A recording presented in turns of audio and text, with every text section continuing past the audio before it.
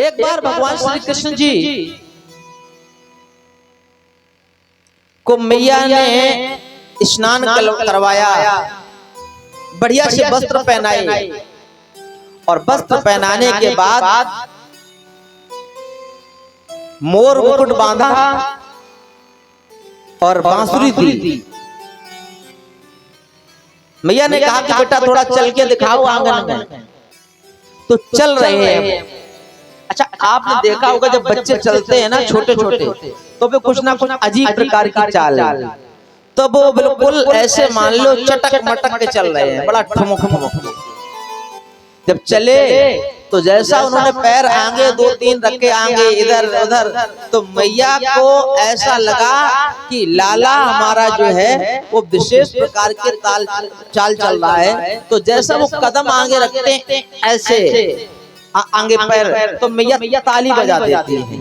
तो जैसे देखो इधर देखो सब लोग ऐसे ऐसे ऐसे ऐसे आगे बढ़ रहे हैं, तो मैया ऐसे ऐसे ऐसे ताली बजा रही है। रिदम से रिदम मिली तो आवाज निकली उसमें, क्या भाई सीधी बात, ताली और पैर की आवाज एक।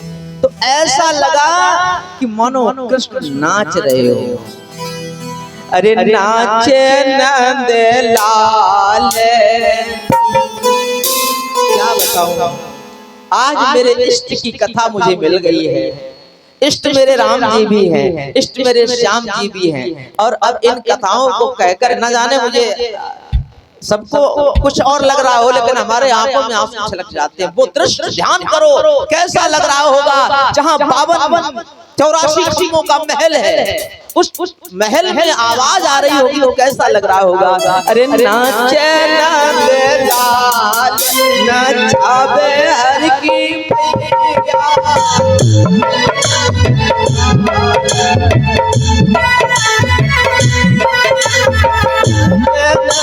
लाल नचावे हर की मैया।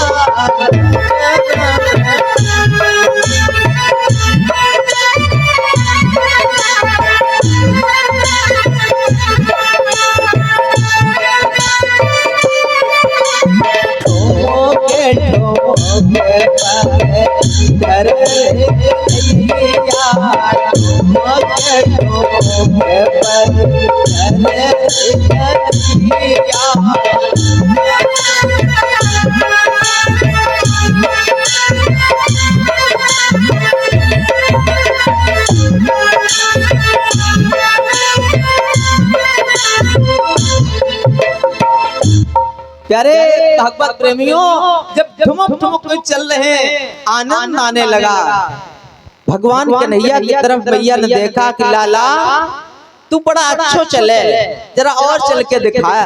और जैसे ही तो मैया की बात सुन करके भगवान को हंसी आ गई। तो पता कितने बड़े हैं, अभी बिल्कुल छोटे ही से हैं, तो उनके 2 दांत भी जमे आए हैं, अभी सब नहीं निकले हैं, 2 दांत। तो जैसी 2 ततुलियां दिखा दें, अब हमारी तो है नहीं, तो हम क्या बताएं, और पर हम कितने भी बना करके दिखाएं, हम कभी वैसे बन नहीं सकते हैं। तो 2 ततुलियां देखें, मैया को ऐसा लगा कि मेरे लाला का कहीं नजर ना लग जाए, भाग के गई। और पता आपको, काला सा काजल का टीका गाल पे लगा दिया। बड़ा चिंता होती है माताओं को अपने बच्चों की नजर लगने का। अच्छा, जब ये ताली बज रही थी तो कुछ गोपिकाएं, अब मैं भाव अभी से बना दूं, ये गोपियां कोई साधारण बेटियां नहीं है। बड़े बड़े संत ऋषि मुनियों ने कई कई युगों तक तपस्याएं की हैं, अपने शरीर को माया मोह से दूर रख करके तपस्या में तपाया, तब उनको गोपी बनने का सौभाग्य मिला था ब्रजमंडल। तब ऐसे भगवान ने नहीं कह दिया कि संतन की महिमा रघुराई बहुविध वेद पुराणन गाई, ऐसे नहीं कह दिया। एक बार उत्तरकांड में जब आप पढ़ेंगे रामायण में, तो एक बार सनक सनंदन सनातन चारों ऋषि आए। जब राम का राज्याभिषेक हो चुका, चारों भाई बैठे थे, हनुमान जी भी थे, और चारों ऋषियों ने आकर के सोचा अयोध्या का नजारा देखूं। तो जैसे आए और राम जी को सूचना मिली तो राम जी अपने चारों भाइयों को ले जाकर के उन चरणों के उन संत चरणों में साष्टांग लौट गए। ये संतों की महिमा होती है, बहुत बड़ी बात। प्रभु वो गोपियां उस ब्रज मंडल की नित्य प्रति यमुना में जल भरने के लिए जाती थी, और जब जल भरने के लिए गई तो उन्होंने भगवान के पैरों के नूपुरों की आवाज और वो ताली की रिदम जब सुनी तो वो ठहर गई। जो झरोखे होते थे, खिड़कियां जिनके हम लोग खिड़की कहते, झरोखों से झांक करके देखा और देख करके वैसी की वैसी रह गई। देखो हम एक ही कथा में कई बार लीलाएं समेटने की कोशिश करेंगे, क्योंकि एक एक कथा को हम विस्तार से कहें कोई मतलब नहीं है। भाव समझो केवल तो और आनंद आएगा, ज्यादा से ज्यादा कथा हो पाएंगी। गोपियों ने देखा, एक सखी से कहा रुक सुन रखी कि हाँ जरा देखो तू अंदर झांक के, ये नंद को नंद लाला क्या कर रहा है, मैया क्या करवा रही है। ऐसा लगता है कि करोड़ों कामदेव इनकी छवि पर निछावर हो रहे।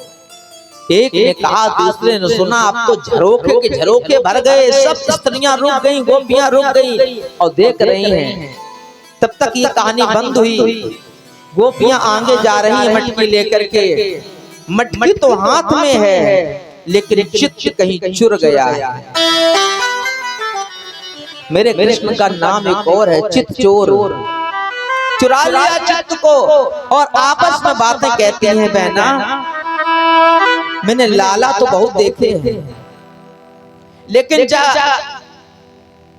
यशोदा जैसे लाला आपने अभी तक विश्व में कहीं नहीं देखा। क्यों ना इस लाला को हम लोग किसी प्रकार से प्राप्त कर लें। एक सखी बोली, कब पागल हो गई है, 9 लाख गायें हैं और तेरे पास 2 ही गायें हैं, मतलब वो अमीर है और तू गरीब है। विश्वास ना हो तो ये दुआ कह रहा है, 9 लाख गौएं नंद बाबा की नित नव माखन हो। इससे सिद्ध होता है कि 9 लाख गायें। अब कल्पना करो तुम्हारे पूरे गांव में भैंसियां कितनी हैं, मुश्किल में 100 हैं, और उनकी 9 लाख गायें, तो उनका कितना बड़ा फर्क होगा। फर्क मतलब जहाँ गाय बांधी जाती है। अच्छा, उनका गोबर हटाने वाला कौन होगा?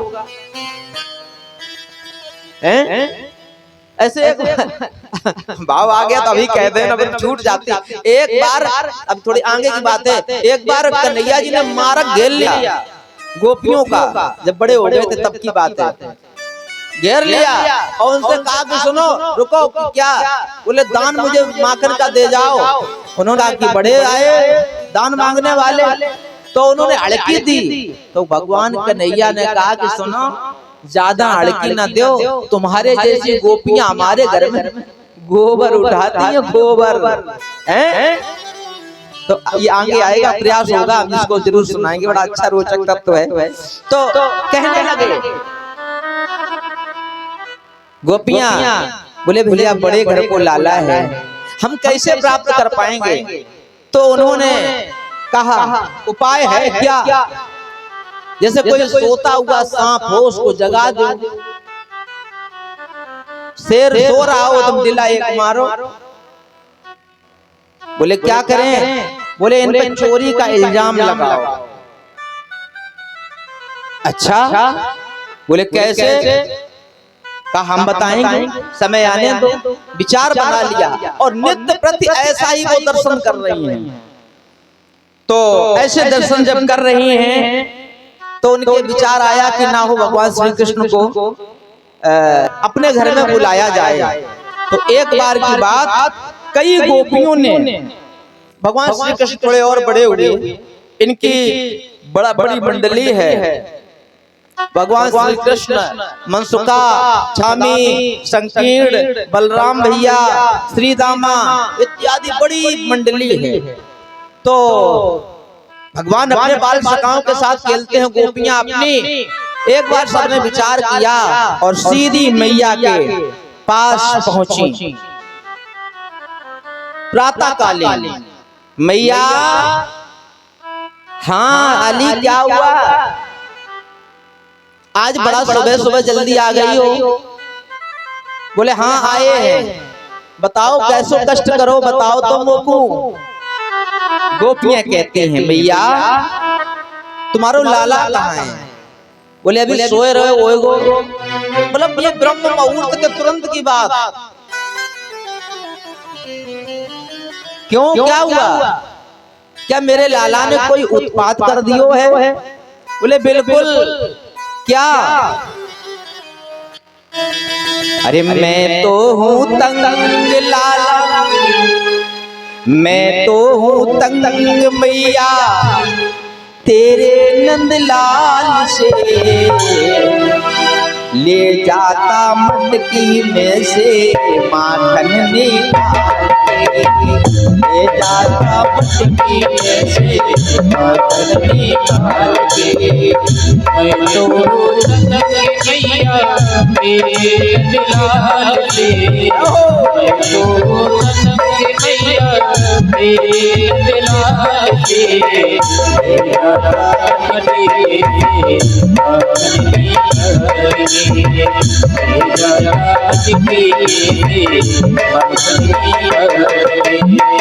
क्या कहने लगी? लाला कहाँ है लाला? बोले क्या उत्पात किया तो बताया। गोपियां शिकायत कर रही हैं पहले से ही। मैं तो हूँ तंग मैया, मैं तो हूँ तंग मैया तेरे नंदलाल से, ये जाता से ये जाता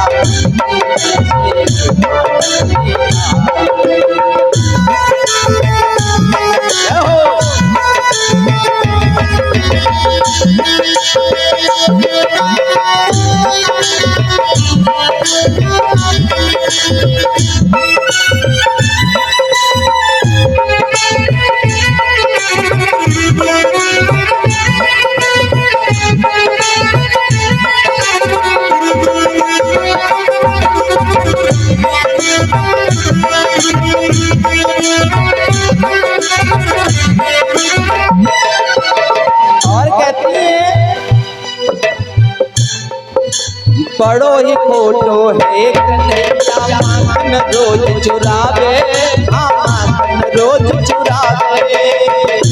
खोटो है कन्हैया माखन रोज चुरावे, माखन रोज चुरावे।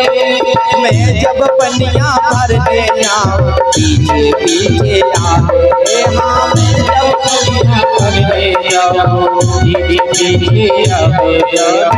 और मारे गागर में मोहन, मारे गागर में मोहन कंकड़ी उठाल के, ले जाता ले जाता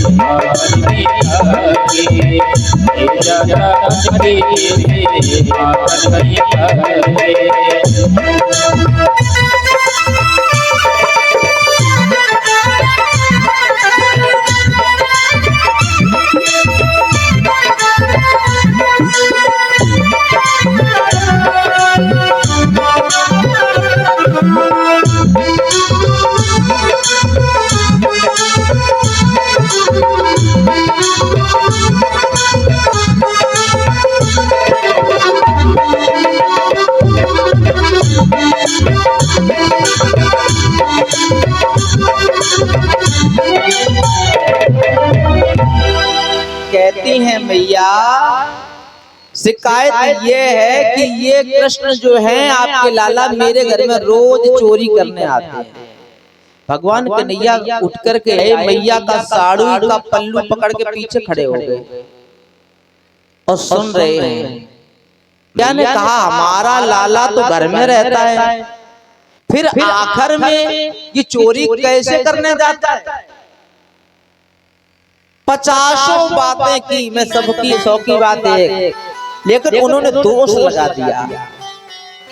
भगवान श्री कृष्ण ने पूछा इशारा में, पीछे छुपे मैया के पीछे, काहे सखी का पिटवाओगी, कारण क्या है, क्यों मुझे झूठा दोष लगा रहे हो। तो गोपियों ने इशारा में बात की, क्या देखो जैसे बहुत बड़ा कोई बहुत बड़ी सभा लगी हो,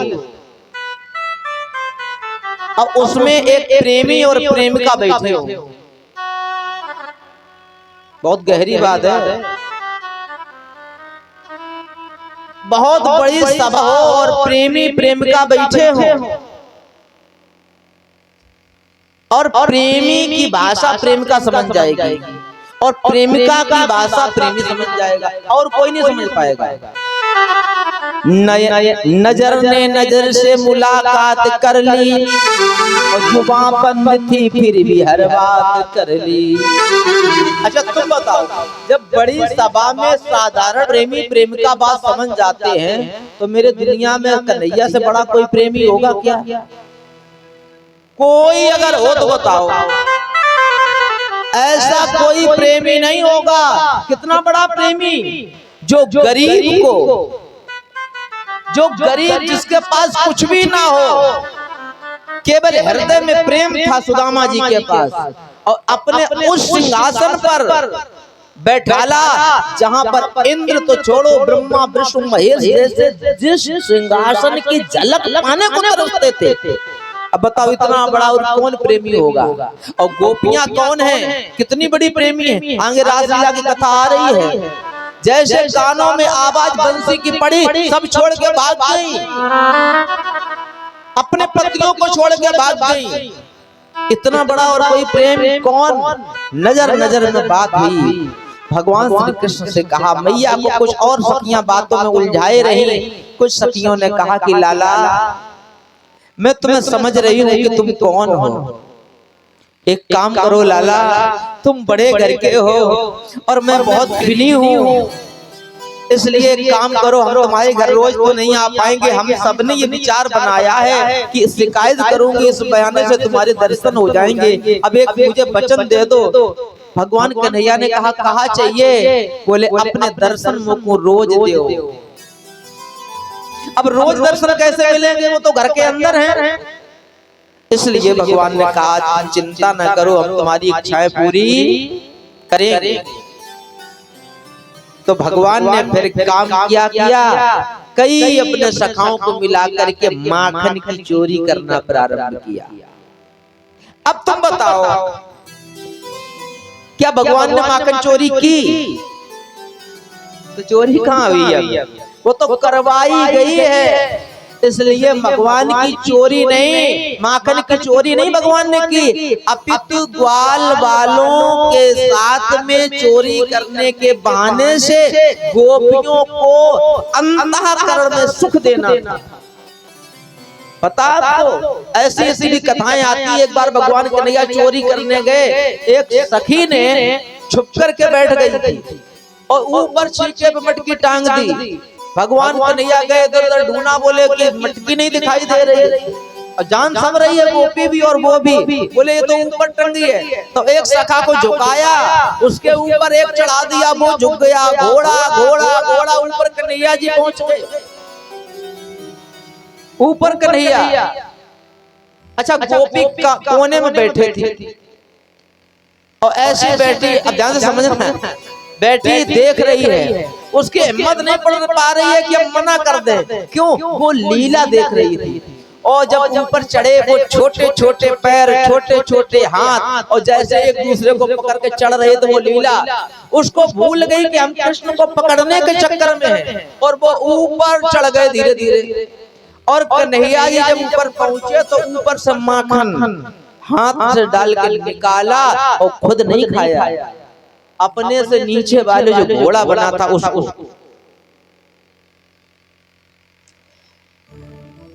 उसको खिलाया और उससे कहा भैया थोड़ा बहुत बचा हुआ नीचे तक पहुंचा देना।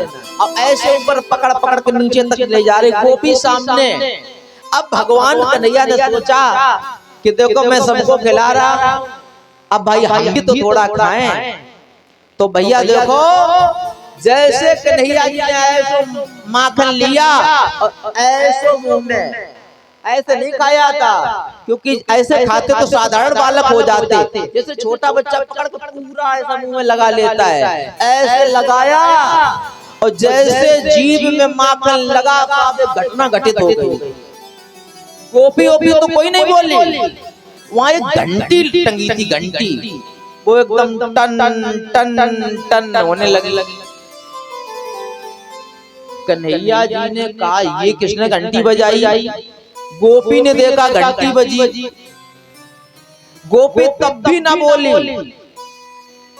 अब कन्हैया जी कह रहे हैं चोरी घंटी, वहां क्यों नहीं कहते ब्रजभाषा में कहते चोरी घंटी।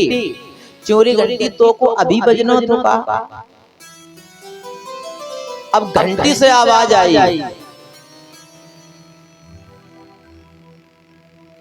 देखो आज की तो कोई बात नहीं है, कल से मेरा निवेदन है, यदि हम लोगों को कथा के लिए बुलाया है तो ये पुरानी आदत छोड़ो। कथा में 1 बजे आ जाया करो, 1:30 बजे आ जाओ भाई, इतनी चल जाएगी। अब कथा में बीच में व्यवधान, ये चाहे तुम 1 लाख की गड्डी चढ़ाओ साहब, हम फर्क नहीं पड़ता, न तुम्हारा नाम बोले न कछु, थोड़ा पहले बीच में व्यवधान होता है। इसलिए हमारा निवेदन है कोई बुरा ना लगे, थोड़ा ये जो भी काम है, अब तो आज के बाद 2 दिन का सत्संग शेष रह गया, मात्र 2 दिन, फिर उसके बाद ना हम ना तुम अलग अलग हो जाओगे, इसलिए 2 दिन का है तो उसको व्यवधान ना हो पाया करे, जल्दी आ जाया करो। तो वो भगवान कन्हैया बोले कि चोरी घंटी तो अभी बजने तो कहा, थोड़ी रुक जाती मुझे खा लेने दे। अरे कहीं गोपी आ जाएगी अभी यमुना जल भर करके तो मेरी पिटाई हो जाएगी, और गोपी वहीं बैठ के सुन रही है। भगवान कन्हैया की बात सुनकर के घंटी बोल पड़ी। क्या बोली? अब तमाम लोग सोच रहे होंगे घंटी कैसे बोली होगी, अब तुम हमारे कमरा में आओ तब हम बताएं तुम्हें कैसे बोली होगी, और कहीं थोड़ी ना ये बातें बता पाएंगे। घंटी बोली क्या? बोले कन्हैया मुझे माफ करो, हम कतई ना बोलते, लेकिन वेदों में ऐसा लिखा है, साधु संत ऐसा कहते हैं, और पुराण ऐसा कहते, उपनिषद ऐसा कहते हैं कि भगवान का भोग लगे और घंटी न बजे तो अनर्थ हो जाता है। इसलिए हम भैया बज गए, और तुम्हारी बिना कहे ताली बज गई, जा बजे समूह खुश हो गए। भाई भगवान का भोग, अच्छा अब यहाँ तुलसी दल डालने की आवश्यकता नहीं है। अरे राधे बिन श्याम मिले कैसे, राधे बिन श्याम मिले कैसे।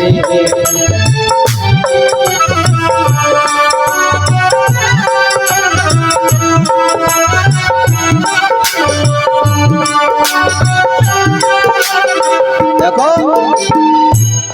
मेरे साथ साथ बोलो आप भी, राधे बिन श्याम मिले कैसे, राधे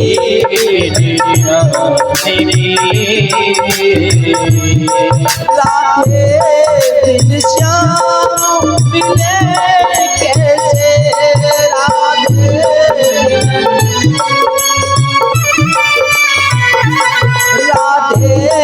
बिन श्याम मिले कैसे, और तुलसी बिन भोग लगे कैसे, तुलसी बिन भोग लगे तुलसी बिन भोग लगे।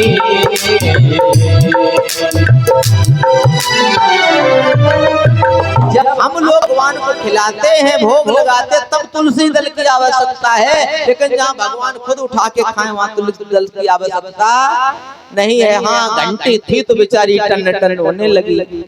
तो जब ऐसी बातें सुनी तो गोपी को आ गई हंसी, और जैसे गोपी को आ गई हंसी, अब बेचारे लड़कों ने जो उनके सखा थे उन्होंने कहा गोपी, और भाग खड़े हुए। तो नीचे वाला सबसे पहले, ऊपर वाला धरती में गिरा वो भी, और कन्हैया जी मटकी पकड़े थे। देखो, कन्हैया जी मटकी पकड़े और नीचे सब पूरी बारात फरार, और कन्हैया जी ऊपर ये झूमर की तरह ऊपर टंगे। अब गोपी आ जाओ नीचे। बोले कैसे? बोले तुम मैया के पास ले चलूंगी अभी। बोले पहले उतारो तो। किसी प्रकार से भगवान को उतारा, मैया के पास शिकायत गई, और सखा भाग भाग के आए। घूंघट में लंबी कथा आपने खूब सुनी होगी, हम अब उस पर नहीं, लेकिन घंटी वाली तुमने नहीं सुनी होगी इसलिए हमने सुनाई आपको, है ना। फिर क्या हुआ, मैया ने डांटा। जब दरवाजे पर पहुंची, गोपियों ने कहा अरे मैया सुन, तेरा लाला जो है बहुत ही ज्यादा चोरी कर लगा है, मेरा बताओ माखन खा जाता है, मटकी फोड़ देता है, ये वो दुनिया की बातें की। तो उन्होंने भगवान श्री कृष्ण को डांटते हुए कहा बेटा अच्छा नहीं है, तुम्हारे घर में 9-9 लाख गायें हैं और तुम चोरी करने जाते हो, ये अच्छा नहीं है, इसलिए ऐसा कार्य छोड़ दो। भगवान ने अपनी सफाई देते हुए कहा कि मैया सच बताएं, हम इनके घर में चोरी करने नहीं जाते, ये बुलाती है। आज की तो कोई बात ही नहीं है, आज तो हम इनके घर में माखन में चींटियां हो गई थी, तो हमने सोची लो जाके चींटियां बीन ले। तो हम बीन रहे थे, अब तब तक मेरे मुख में खुजली लगी तो हमने खजवा दिया, इसलिए माखन लगा है। ऐसे सुन करके वो गोपी और आनंदित होती है। कल्पना करिएगा वो गोपियों का भाग्य कैसा रहा होगा। बोलिए वृंदावन बिहारी लाल की।